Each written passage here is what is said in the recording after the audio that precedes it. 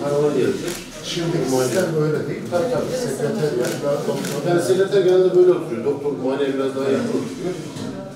İşte bilgisayarların da kendi. Her şey var. Acil girişim oda başkanı.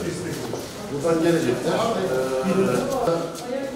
Şey olursa ondan sonra buraya şu 1, 2, 3 burada röntgeni var.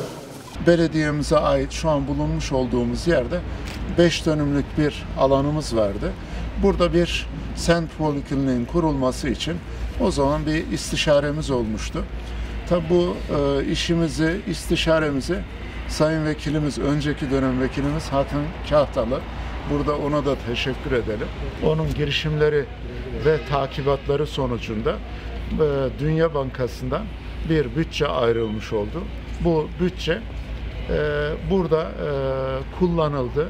Güzel bir semt polikliniği, şu an baktığımızda içeriği gezdik.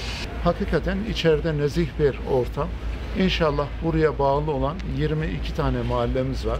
Bu 22 mahallenin yükünü bu semt polikliniğimiz karşılamış olacak. Zaten sağlık sektöründe de hocalarımızın, bakanımızın arzu ve isteği birinci derecede sağlık merkezlerini aktif hale getirip hastanelerin yükünü azaltmak. Bu bölge için gerçekten elzem ve güzel bir hizmet oldu. Burada emeği geçen, başta Sağlık İl Müdürümüz sağ olsun, geldiği günden beri istişare halindeyiz. Bir an önce bu semt polikliniğin aktif hale geçmesi için istişare halindeyiz.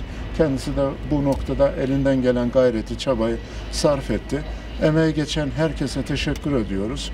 Bu hizmetin Battalgazi'mize, eski Malatya'mıza hayırlı olmasını temenni ediyoruz. Sadece belki vatandaşın bildiği yol, altyapı hizmetleri değil, sağlık hizmetleri de böyle baktığımızda sağlık olsun, eğitim olsun, birçok hizmette belediyelerin etkileri vardır ki alan oluşturmanız lazım. Depremden sonra şehir yenilenecek, yeniden yapılacak.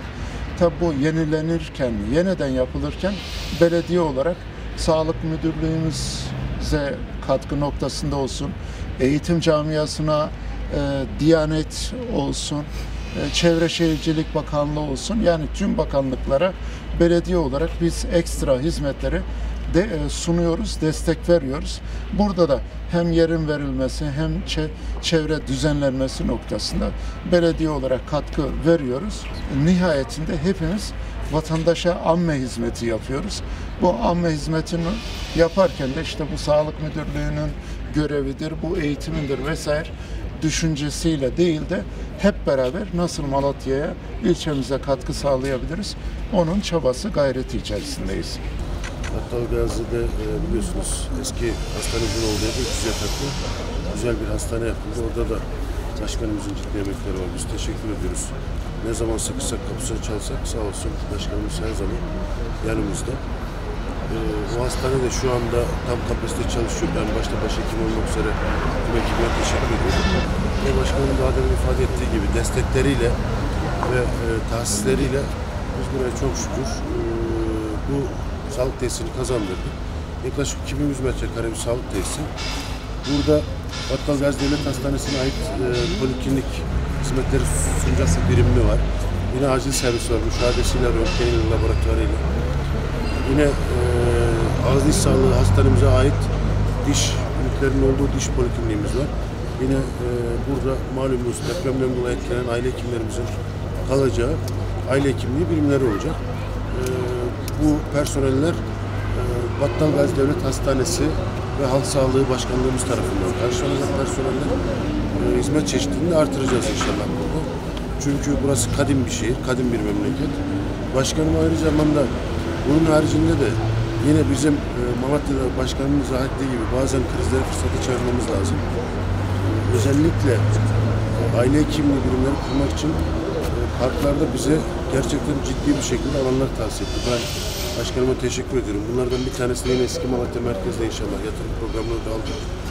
Önümüzdeki süreçte bunlar yapıldığı zaman Battalgazi sadece eski Malatya olarak değil, bütün bölgeler olarak ciddi bir şekilde aile sağlığı merkezleri, sağlıklı yaşam merkezleri, 112 istasyonlarıyla, semt polikliniğiyle, Battalgazi Devlet Hastanesi'yle gerçekten kendine yeten ve ilçesine, halkına yakışan bir sağlık hizmeti sunacak.